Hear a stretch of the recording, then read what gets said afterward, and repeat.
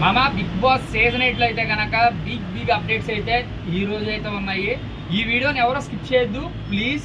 Like దన గుద్దు పడదొప్పండి, subscribe కూడా చేసుకోండి. కంటెంట్లోకి వెళ్ళిపోదాం. ఈ రోజు మణికంఠ, ఆదిత్య ఓం అండ్ మన నైనిక అయితే కనుక హౌస్లో ఎంట్రీ అవ్వడం జరుగుతుంది.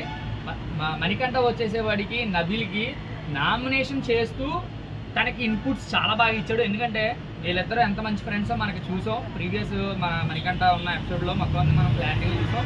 ఇన్పుట్స్ అయితే చాలా బాగా ఇచ్చాడు. నువ్వు ఈ వీక్ అంతా బాగా కొంచెం 5-6 వారాల నుంచి అయితే నీ గేమ్ పర్ఫార్మెన్స్ అయితే జరిగింది లేదు సరిగ్గా. అలాగే నీ టాస్కుల్లో పర్ఫార్మెన్స్ లేదు. నువ్వు నామినేషన్లోకి రావడానికి భయపడుతున్నావు. అంత ఫీల్ అవసరం లేదు.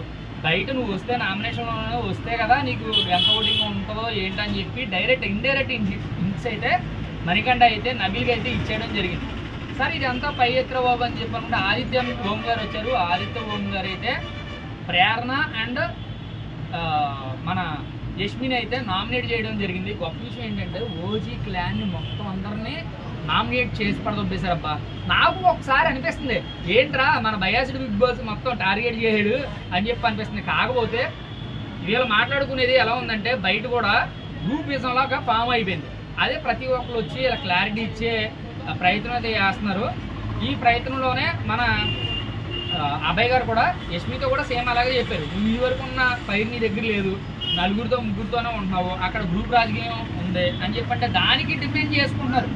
బయట వాళ్ళు వచ్చినప్పుడు ఇలాంటి మంచి ఇన్పుట్స్ ఇచ్చినప్పుడు అలా యాక్సెప్ట్ చేయాల్సింది పోయి దానికి రీజన్స్ ఎత్తుకుని దానికి కారణాలు చెప్పుకుంటున్నారు. అదైతే కరెక్ట్ కాదని అయితే నా ఉద్దేశం. తర్వాత ప్రేరణ మనం చూసాం. ప్రేరణ గ్రాఫ్ అనేది మొన్నటి వరకు ఒకలా ఉంది, మెగా చీఫ్ అయిన తర్వాత నుండి ఒకలా ఉంది.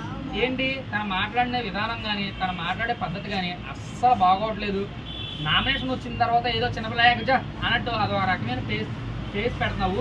అంత నువ్వు చిరాకించుకోవాల్సిన అవసరం లేదని చెప్పి ఇండైరెక్ట్గా అభయ్ గారు అయితే కనుక ఓంకార అభయ్ పేరేంటి మన ఆదిత్య ఓం గారు అయితే కనుక క్లియర్కట్గా అయితే చెప్పేయడం జరుగుతుంది. అలాగే నైనిక నబిల్ని ప్రేరణని అయితే నామినేట్ చేయడం అయితే జరిగింది. నబిల్ కూడా సేమ్ ఇదే ఇన్పుట్స్. కానీ అక్కడ నబిల్ ఏంటంటే మణికంఠ చెప్తున్నాను చెప్పు నేను మార్చుకుంటాను నేను అని చెప్పడం జరిగింది. కానీ నైని మాత్రం చెప్పే విషయాలు మాత్రం నబిల్ యాక్సెప్ట్ చేయలేకపోతున్నాడు.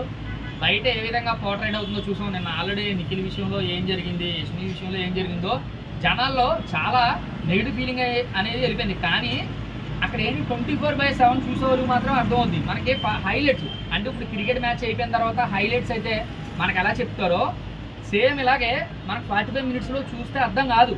మనం చూడాలి ఒకసారి కాకపోతే ఒకసారైనా లైవ్ అనేది చూస్తే బిగ్ బాస్ చూసేవాళ్ళకి అర్థమవుతుంది. సేమ్ ఇదే చెప్పింది మన నైన్గా కూడా. నిన్న కూడా సేమ్ ఇదే ఆర్గ్యుమెంట్స్ అయితే జరిగినాయి. ఇది అయితే కరెక్ట్ అబ్బా. కానీ కొన్ని రీజన్స్లో ఇది కరెక్ట్ అనిపిస్తుంది.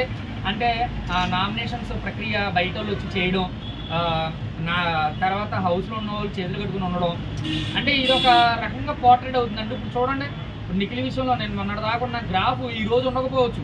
ఎందుకంటే తనకి ఎలా కన్వే అయింది ఈ 45 మినిట్స్లో. కానీ నిఖిల్ తప్పేం లేదు మనకు తెలిసి. ఆల్రెడీ పృథ్వీతో విష్ణుప్రియతో మాట్లాడేది విన్నాం. కానీ ఇప్పుడు జరిగే షో ఏంటంటే ప్రేరణకి ఫుల్ యాంటీ ఈ వీక్. తన పర్సంటేజ్ 20-25 దాకా మొన్నటి దాకా జరిగింది. ఇది అమందంగా 5-6%కి పడిపోయే ఛాన్స్ అయితే 100% ఉంది. ఇలాంటివి కాకుండా జెన్యున్గా పెట్టుకుంటే బాగుంటుంది అని చెప్పైతే నా ఉద్దేశం.